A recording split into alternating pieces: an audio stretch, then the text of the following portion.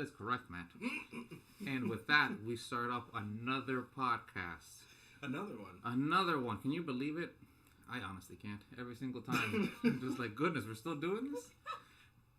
But I'm glad we are, because at the end of every one of these movies, I feel wholly satisfied. Oh, and good. This one, The Conjuring 2, was quite a good one.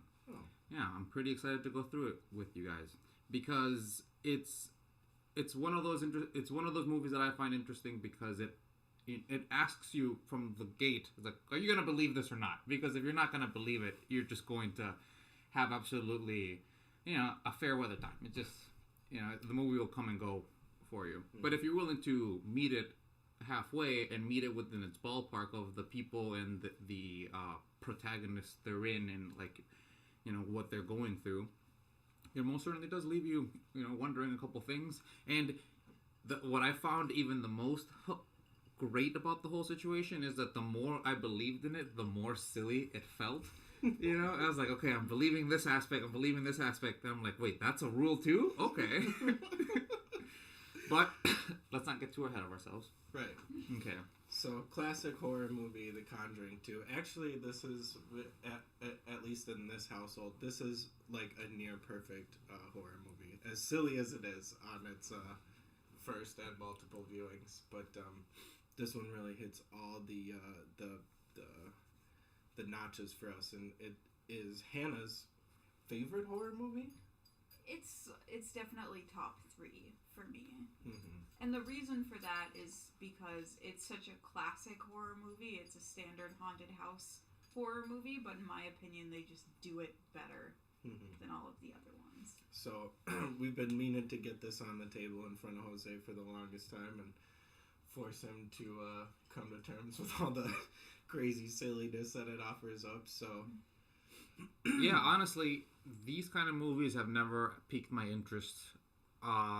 Obviously, I saw the promotion for them as they were coming out, and honestly, because of the fact that I'm just such a hyper skeptic in this realm, that I just wouldn't go out to spend my money in relation to wanting to go see them.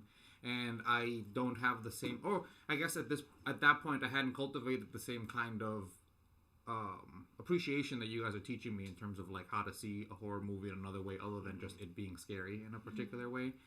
And so because of that, completely flew under my radar. I always heard that this one was particularly good. Everyone always, whenever people say horror movies are pretty much dead, people usually bring this one up in the last gasp. Like, no, but The Conjuring 2! Yeah. That's usually what they're gasping as their last breath. Yeah. And I agree. I mean, from the very beginning of the movie, not having seen the first one, I thought that it was a very good introduction, a very good snap introduction to not the main protagonist, but essentially like the more umbrella characters of what seems to be the series, right? Right. So it's the Warrens. Yeah, it's based off of 2 real life people, Ed and Lorraine Warren, who were quote unquote paranormal investigators in the mid to late 70s.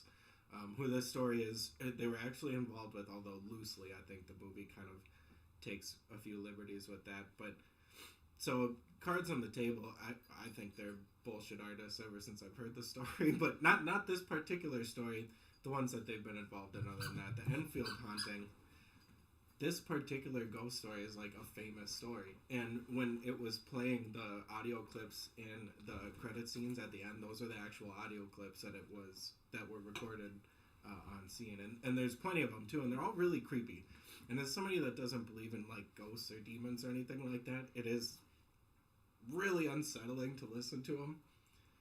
It's kind of like a shock to the system. But the cool thing I think about this one and like other ghost and demon stories is that if you grew up with like sort of Christian background and you had like loose knowledge of the theology, even just loose knowledge, it sort of lends itself to scare you more because you're already primed in that aspect. And I think that's one of the reasons that like you liked it so much. Yeah, I mean, I would completely agree with that. I would say that the horror movies that make me the most scared and the most uncomfortable are definitely like the haunted house type ones. But I grew up like being told by my parents that shit was real, so that's probably why. They were like, that's why you have to pray. Otherwise, so within the phenomenology that your parents taught you, the potentiality of a poltergeist popping into your house was a wholly within the cards. Oh yes, Yeah. I mean not a poltergeist, a demon, but it could potentially take many forms. If I saw something scary on TV and took it to my parents, I was afraid of it, they were usually that was the cure. Well, we'll pray with you before bed. You shouldn't watch things like that because that'll open you up to the possibility of this happening to you. So for me, this movie I saw in theaters when it came out, and it was very scary. I think they do the jump scares really, really well. It's also louder and more intense in a theater. For sure. Yeah, and I think we lost some of those effects here watching it because of the glare on the screen and it's daytime.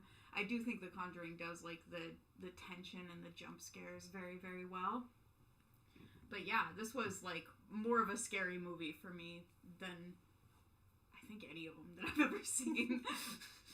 Yeah, this movie really rode the line for me in terms of the horror thriller juxtaposition, just because it has so much downtime in between it. It's it keeps the tension for a long time, then it switches over a scene, and even if that scene is scary, it doesn't feel as oppressive as other aspects of the movie. The biggest one I can come up with in my mind is when Lorraine is getting attacked, psychologically attacked by the nun demon in her own house. Even though that's a scary section, it honestly didn't feel as scary as the other parts that were happening in England and stuff like that, mostly because they kind of let loose already the fact that it's part happening inside her head. Because I was they had me for a little while up until they started doing the flashes of her still sitting on the I was like, oh goodness, because at that point I was making the joke about the fact that it's so lame that the demons would go out of their way to haunt other people, but then these people that are messing with their groove are completely safe. Yeah, completely safe inside of their own house. I was very glad that the movie, literally the moment I said that, the movie was pretty much just on it in terms of showing me that that's not the case, that they were just as haunted in terms of what they were dealing with.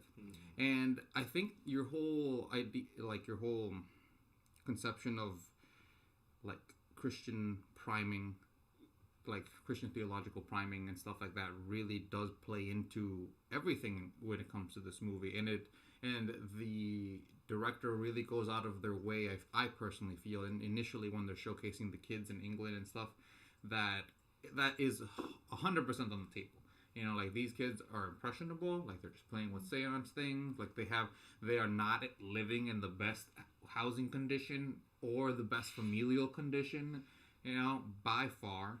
The house was already falling apart long before a poltergeist ever stepped its ethereal foot inside of that home. Yeah, this was a theme while we were watching it, was pointing out how much of a shithole that house was. My goodness. Yeah. These are the wife and kids of the soldiers who died in World War II. I can't believe that. Well, not this one. Not this one? This unfortunate wife had an estranged husband who lived down the block. Oh, right. Family. Oh, that's right, because he ended up impregnating and getting another twins. Yeah. With the lady down harsh. Yeah, not to derail too much, but in terms of that, don't you think it'd be better to still stay with your 4 kids? You only got 2 over there. It sounds a nicer easier. house. Yeah. Maybe, yeah. Oh, it's gotta be. It's down the block. There's 2 less kids in it for one. I would probably go to, even if the house was shittier, if there were 2 less kids. Seriously. But infants and twins, you have to multiply by 2. Boy. And the fact that they never bother to showcase the dad once in the whole movie. Yeah, he's not a character in the movie. Yeah. He's just a pack. He's less real than the ghosts. Yeah.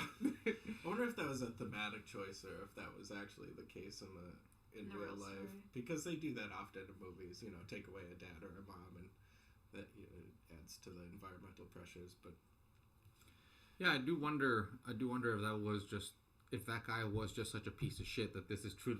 This is one of those things that are just true to life, and it just or if or if they just threw that guy under the bus, be like, yeah, he was there. He came through every once in a while, but now we're gonna say he was never there. He lived down the street. Yeah, and he had twins. And he's a cheater. They're just using this as a way to besmirch that guy's name. 15 years The later. whole Conjuring 2 is actually just a long vendetta to try to make that guy lose his reputation. The whole Enfield. Yeah, so it's funny because we watched this movie years ago, and then we used to listen to this podcast called Last Podcast on the Left, and they covered this particular story. They do a great job at like true crime and spooky stories and stuff like that. So this one, they played all those audio tapes, like isolated, away from the spooky end credit music that we got to watch. And this shit is like horrifying. Like there's few, like sometimes I'll see like a UFO clip or like a fighter commander talking about seeing some shit that I'm like, that's kind of, that moves my confidence a tiny bit. Hearing this shit is stuff that like moves my confidence a little bit, and like I'm not sure if that's humanly possible for this stuff to happen, and so it at least gives me pause, which is awesome. If you're gonna make a horror movie, you should base it off of a story like this, one that is like, I don't like, they're not lying when they say in the text on the screen that it's one of the most well-known haunting stories. It might be the most well-known. Yeah, and well documented, and it comes from across the pond. Like this is some like an American movie, that's not a very common occurrence either. No, for sure, especially because I mean, to my mind, I really don't know too much. I mean, I don't hear too much about British like supernatural like upheaval. They seem to be very reserved people in terms of even their supernatural inklings. So to have something like this come out of there means that it must have gone through multiple checks and because there's they have probably a much tighter hold in terms of like the news that gets spread spread around. So somebody has to have believed it, in some particular corners. And the way you were talking about the fact that the police reports were all completely favorable to the kind of story that was happening, like there was. Nobody seemed to really be going out of their way to make it seem like they were playing a trick. At least as far as the movie was showcasing essentially the community reaction to them, because in a lot of these movies, a lot of people don't believe them, and then the people get ostracized, But in this one, it really did seem like the community did rally around them, gave them all those crosses to put up on the room and stuff like that. Gave them board across the street with their neighbors, so that was nice to see, because that really was a shift in the normal trope of the fact that once you just fall into those like super like, oh my gosh, I see ghosts, but like, oh yeah, okay, lady, like whatever, yeah, I'm not talking to her anymore. Yeah, like that's I feel like that's usually at this point kind of the trope of the situation, that everyone the shunning of the situation, but yeah. I was just gonna say, I would say it's a little bit of both, because they also do kind of give a nod to the daughter not being like welcomed at school anymore, and nobody wants to talk. Like at least kids don't want anything to do with her; they're scared of her. Yeah, I think it could have the movie could have done with perhaps a scene or two, maybe showcasing some ostracizing on that end. Yeah, they focus pretty heavily on just the main story. Yeah, especially because I think that maybe adding that, maybe an ostracizing scene like that could have added a little bit more to the, another stone to the maybe it's not real camp, like maybe it's just like psychological pressures that just like in a positive feedback loop. That it's like, well, I've already made up the story about this old guy, and I did see him inside of my brain. I mean, like it's not like I've started making that up, and. I would imagine that's exactly how, if I were coming from a completely hyper-skeptical position, that's probably exactly what happened. Is like, nobody's lying here in terms of like the little girl. Like, she might have just completely had a nightmare that put her in a position that ugly face was imprinted in her mind. And every time she walks down a dark hallway, she sees it. And sometimes it gets to the point that she touches something that has a weird texture, and oh my god, loud shriek, and then. We're already there again. It's as much as like, I mean, I can like relate to that a little bit in the sense that like when I bought this house, I initially bought it by myself, and I knew only that the lady who had previously lived here died, And I found over time that your subconscious picks up on weird little things, like places where the carpet is more flattened down, stains, like smoking stains on the ceiling and stuff. And I started having dreams for a while that like lined up with those things, where I would like see the lady like walk down the hall in my house where the carpet's padded down, or like sitting and smoking in a chair in a corner where the ceiling's stained. And I don't know if that like could be where like this kind of story would start if a man lived in the house and his chair was still there. And especially because they never move the chair. Oh my god! If this will be the first crack into the comedy of this movie, because oh my god, like, first of all, it wasn't a nice chair to begin with. No, its skin was like peeling Well, it off. didn't look like a nice chair. The leather was literally worn down to almost nothing. Yeah, the theory is that it's really comfortable. My theory is that it's bolted down like a utility or fixture, like the stove is.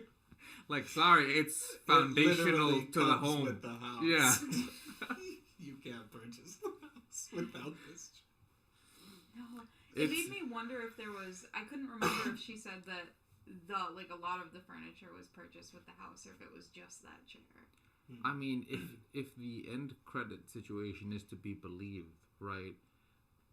I cannot believe that a woman who had her children abused, right, by a spirit that she believes was real. That she saw, allegedly. Yeah, and that she allegedly saw and experienced abuse by, to be like, yeah, I'm going to keep that momentum. And sit in it. It said she died in the same chair. She died in the same chair. Like, did her kids become estranged to her and she started wanting to be like, yeah, you know what? Yeah. I do like watching Parliament in the afternoon. I would feel totally uncomfortable, like, I mean, with the jump in, like, willingness to disbelieve or whatever.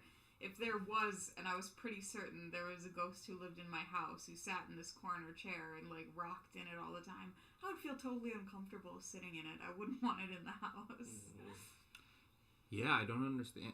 I honestly don't understand. It's one of the things that makes me kind of think that it was a grift. You know, like those are just the things that just destroy my believability, because any rational person who goes through a supernatural situation like that, I would feel would want to get rid of every kind of piece that would potentially have even a small residue of that, you know, ephemeral like creature. You know what I mean? Like a phantasmagorical creature.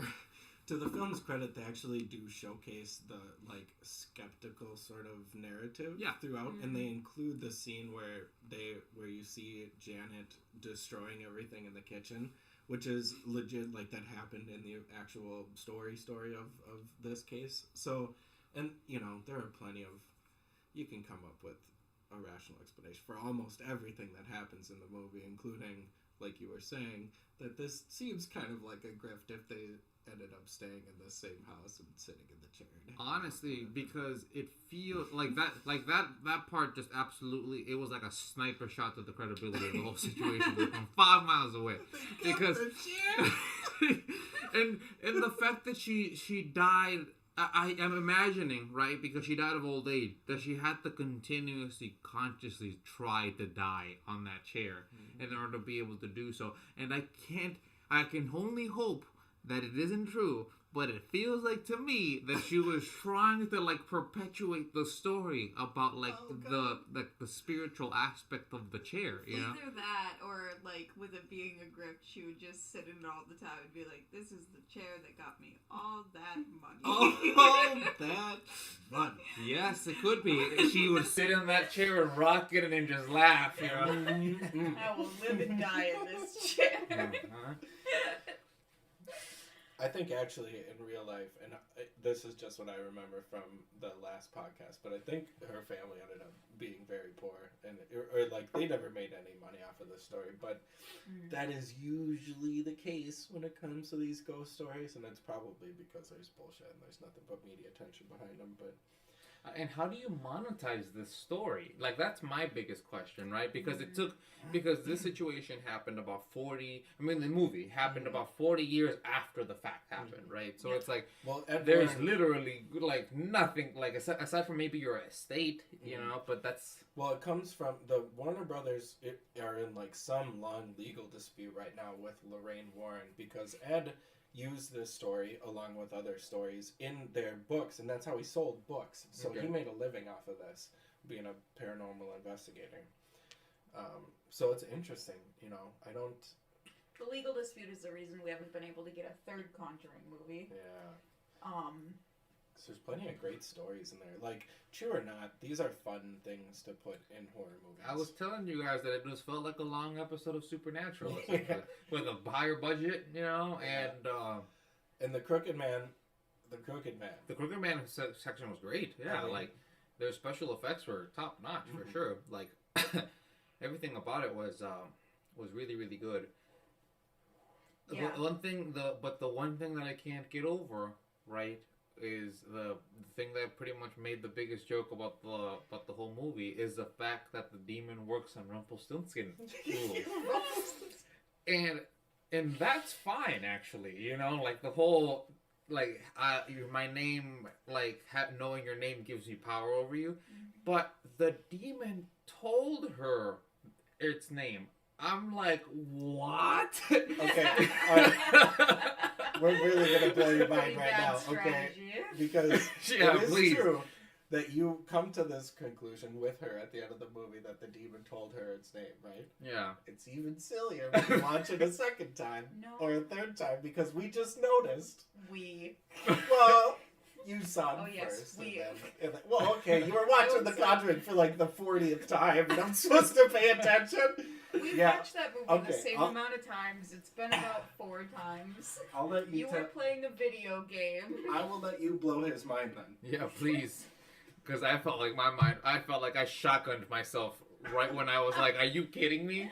So something that we noticed when we watched through later was that in the earlier scenes in the Warrens' house, you know, when Ed and Lorraine are in the house with their daughter, if you pay attention to the backdrop in their house, the name phallic is all over their house. Are you kidding me? It's like there's letters on the bookshelf that spell out phallic. I did notice that. I did notice the fact that there was a V and an A in the top of the blood, and I was like thinking, I was like, whose name starts with V or A in this household? Yep, it was that, and then like also on the side of there's literally at least 3 that I counted in the back row of it. The funny one is in the window by the dining table because it's just like painted rocks and it's just like VALAK. And it's like they're living in this house, but they never thought twice about that. Like, and they're the ones doing the decorating, I would assume. I mean, yeah, between them and the daughter. Yeah, like, why don't you ask your daughter, honey, why are you putting up all of these, like, random, like, what's this word mean? Like, why do we have these letters all over the house? Yeah. Because another one of them was, like, more hidden, too. They had a little, like, sign that said love on the side of their cabinetry, but the V was huge, and then below it, it's, like, ALAK. Oh, my gosh. It took me, it was, like, my 3rd or 4th watch when I finally noticed that. Okay, so quick question, then. Is this nun demon, this Valak demon, this was also the one that was attacking the first house? No. No? That was in this movie? In the Conjuring one. Oh, the Conjuring one was all about Annabelle and it was that? It was a demon, but I don't think we got the demon's name in that one. No, no, we didn't. No. Interesting. It was a witch. Yes, it was. It was a witch, and her name was... I don't know. We did get her name, but it was a witch that had died on the property and, like, cursed all yeah, that's right. That ever tried to take her land or something. Yeah, I mean, the only thing I could think of is, like, going back to, like, the old satanic pride, essentially, of being like, I'm gonna drop my name everywhere, and your dumbass isn't even gonna see it. You know? Yeah. Like, that's the only thing I could possibly think of is, like, all demons are just gigantic comedians, you know? Like, every single one of them just wants a fucking laugh, it seems like. They're bored. Yeah, they're probably pretty bored. Well, and this is where they get to play. So, yeah, it was interesting because when you brought up the Rumpelstiltskin thing, I thought, well, that's actually how, like, Catholic theology works, isn't it? Like, you say the demon's name. But now I'm thinking about it, I think when people perform exorcisms, it's just like, in Jesus' name, in Jesus' name. Well, yeah, they don't know the name of the demon. Right. Really, they would have to make something up. How would you figure that out? The demon How would would have you to be real. Well, step 1, Yeah. real demon. Yeah. Step 2, Yeah, and then figure out his name, yeah. Cross that bridge when we come to it. Yeah. Well, yeah, do we have any... I don't think anywhere in the Bible we get demon names. Is that from Legion, right? Wasn't that something that came out of that pig, out of that like group of pigs? Oh, yep, I am Legion. Yep, Yeah. you're right. Jesus was like, "Go die, pigs!" Yeah. So I mean, there's something in there, right? That was And a ton of listen, demons. once you get a little snag, you can build a whole brand off the situation. Especially if they're called Legion. Oh, then I just got to name up a cool name, Kashush Lavel. And yeah. Oh, I got it. That sounds scary as hell, you know? Super hard to spell. Super hard to spell. It's got B's where D's should be, and who the fuck knows? Exactly. Scary. Ooh. Yeah. You don't even want to pronounce it. That's It's demonic grammar. That's how they get you. Yeah. It's demonic grammar. You think your normal grammar school is hard. But yeah, I don't believe there's anything biblical like that. That's like if you use something's name. I'm sure that there's probably not like an appendices of like demon names at the back of the King James Bible, but oh, it's definitely extra biblical, whatever. It's probably like 4th century church bullshit. And it's probably just old nymphs and demons from other religions around the time. Be like, yeah, exactly. Be like, hey, listen, I'm sure that most demons and nymphs, aren't real.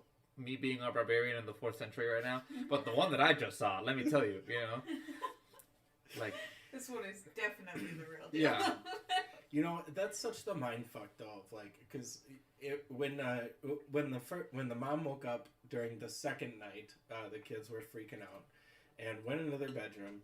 And at first was cursing them for their insolence, and then once the dresser slammed into the door and closed it in front of her eyes, she was like, "Yep, I'm on board." And in my position, I would be too. Oh, 100%. Can we take a brief moment on that though, because that scene kills me, and the reason that scene hurts me so much is because after her daughter showed her an adult-sized bite mark on her shoulder, she came into the room and used the Ouija board as an excuse to shout at her children and say they made it all up. And it's like, there's like bleeding. There's an adult-sized bite mark on your child. I wouldn't have even, if my child, I don't even have children, but if I did and my child woke me up in the middle of the night and was like, someone's in the house, and I was like, yeah, whatever. And she was like, no, he bit me, and showed me a bite mark on her. So I would get us all out of there. Like, I wouldn't even go look for anybody. Yeah, I would. Only thing I could possibly say is because of the fact that they're all small. I mean, biting amongst children isn't exactly, she just woke. I mean, she glanced at it. She just woke up from her sleep, being absolutely frightened. And I'm sure that her first desire is to just be angry, because angry means control, right? Anger means that I'm in control of the situation. I fucking break this Ouija board and we all go to bed. That's genuinely what she wanted. I'm sure that the next morning she probably would have woke up, be like, hey, I still have this fucking bite mark on me. And then at that point she probably could have seen the fact that it's much larger than any one of the kids could have possibly given her. But I do give a lot of credit if there's going to be any salvaging. I'm trying to salvage the scene for you. I honestly do feel, right, that if we were to pop our consciousness out of her eyeballs as that moment is happening, I really couldn't see it any other way, because until that dresser situation happened, right, I wouldn't want to fuel the kid's desires for believing that there's a fucking, maybe there's a person in the room, and she does, and it isn't like she slams the door in their face and doesn't go check, right? Like, she goes into the room, checks under the bed, and the first thing that she sees is something that could obviously have primed them to believe that this whole situation was real, to begin with.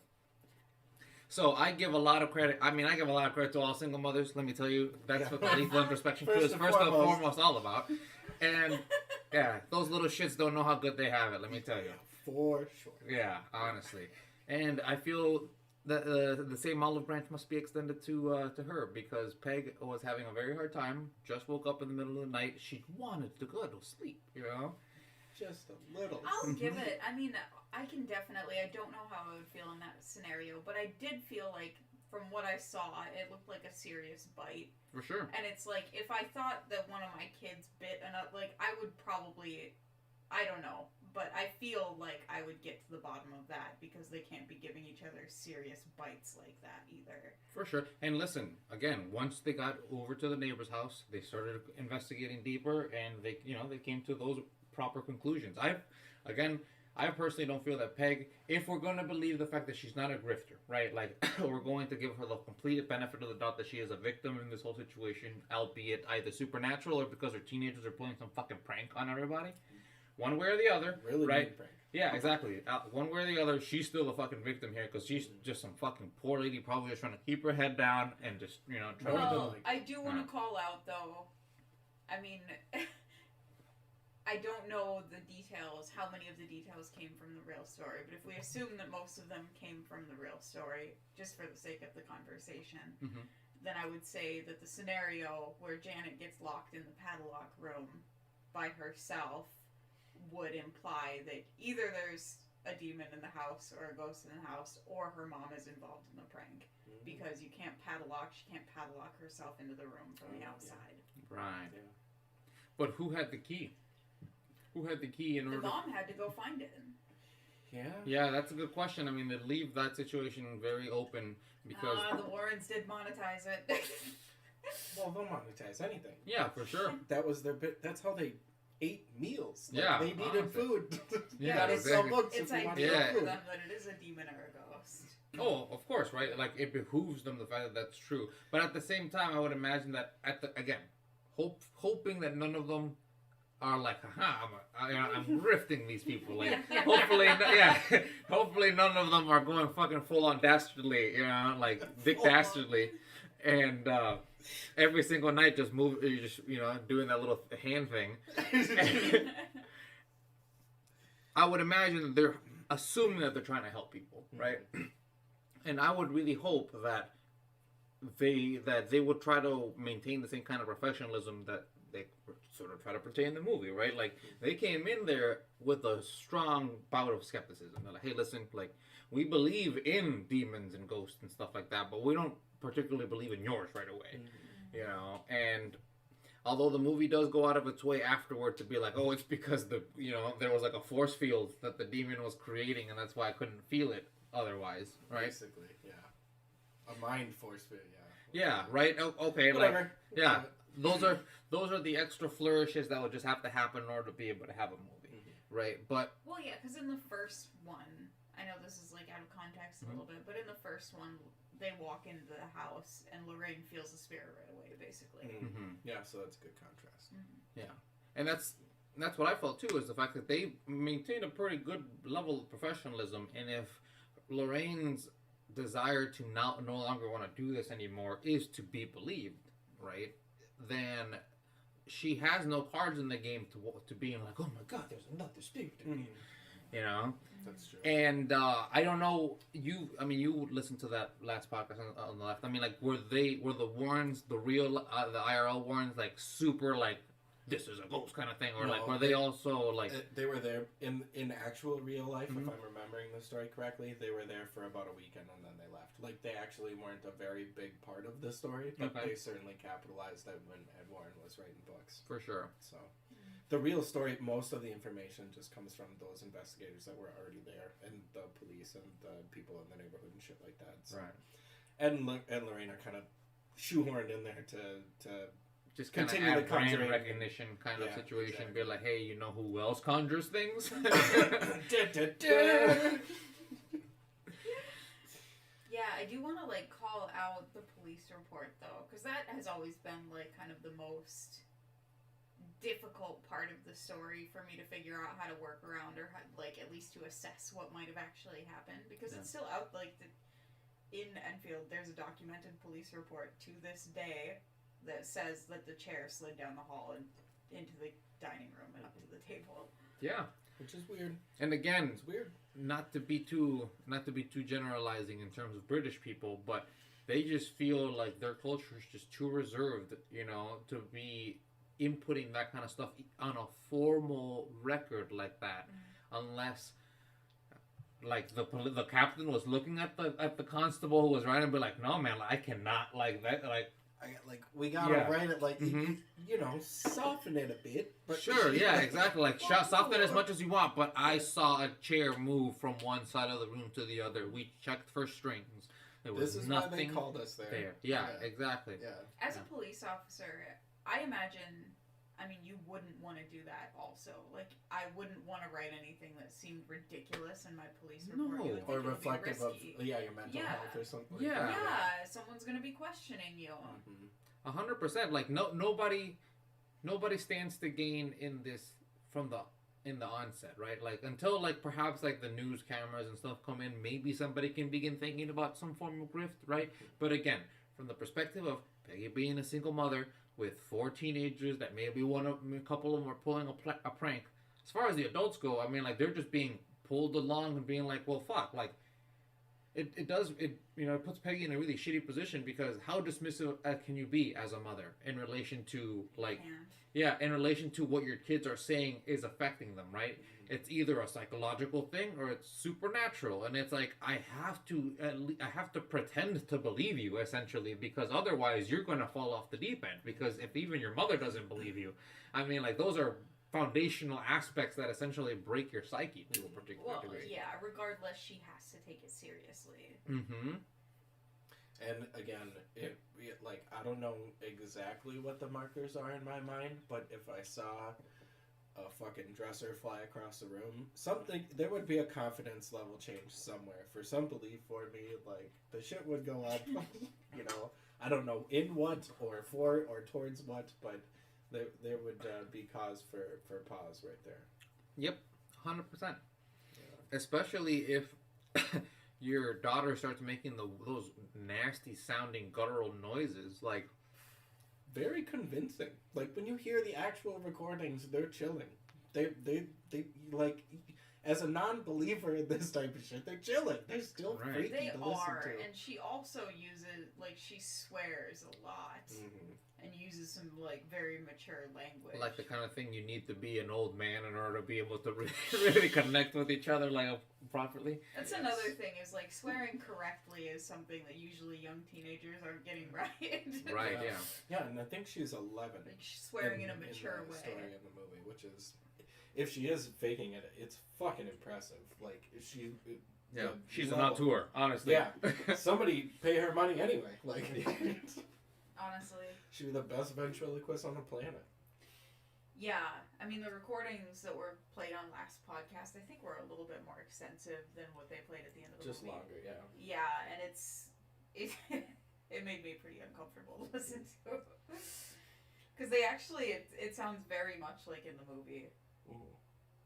Yeah, I think it's nice, the fact that it ends up leaving it to a degree that, you know, the movie is like kaleidoscopic in that way, you know, like, depending on how much you're willing to step your toe into the believability aspect of the supernatural, the movie will completely have a different color to you at the end of it all or not.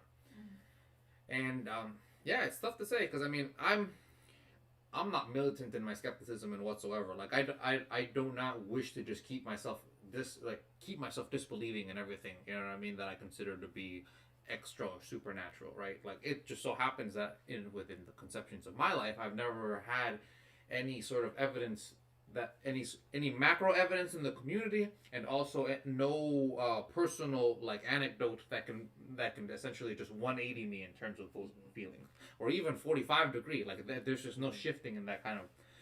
But again, I'm just one individual, and there are 7 billion others out there on Earth, you know, and who knows what other people could be going through.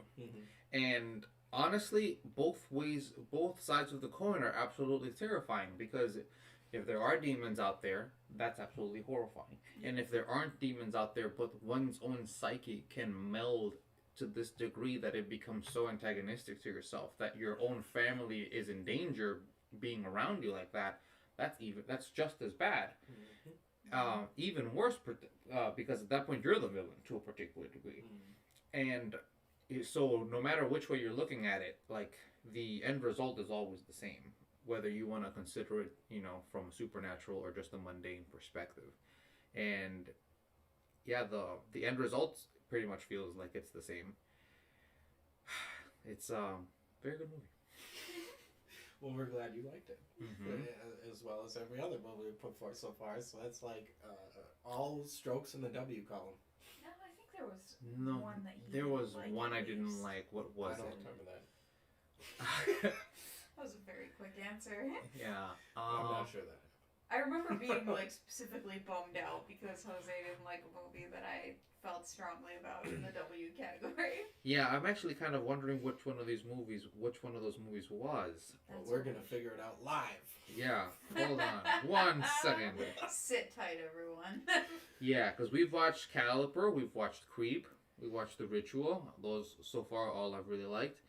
Mother, I thought was kind of okay. I think that was the one. Yeah, I think because of the gratuity in the movie, which just got to be too much for me. Like, that's fair. Yeah. It wasn't even playing. Yeah, like it's not symbolism if you're literally telling me exactly what what you want, what you mean. Like. Yeah. Which kind of made me feel bad about myself because I had missed all of it through my first watch through, even though it was exactly spot on. Yeah, I still remember you called it ham-fisted. I couldn't argue with it. I was like, God damn it is ham-fisted.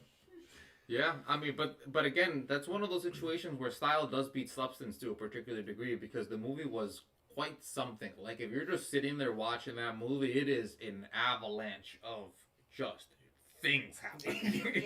Yeah. Just feelings. Yeah, and if that's what you want, if you want to just get drowned out for a little bit and then just get dropped off 2 hours, 20 minutes later on the shore somewhere else, you know what I mean? You go ahead and do that. But I'm bobbing the whole time and I'm like, no. No, I'm not having fun.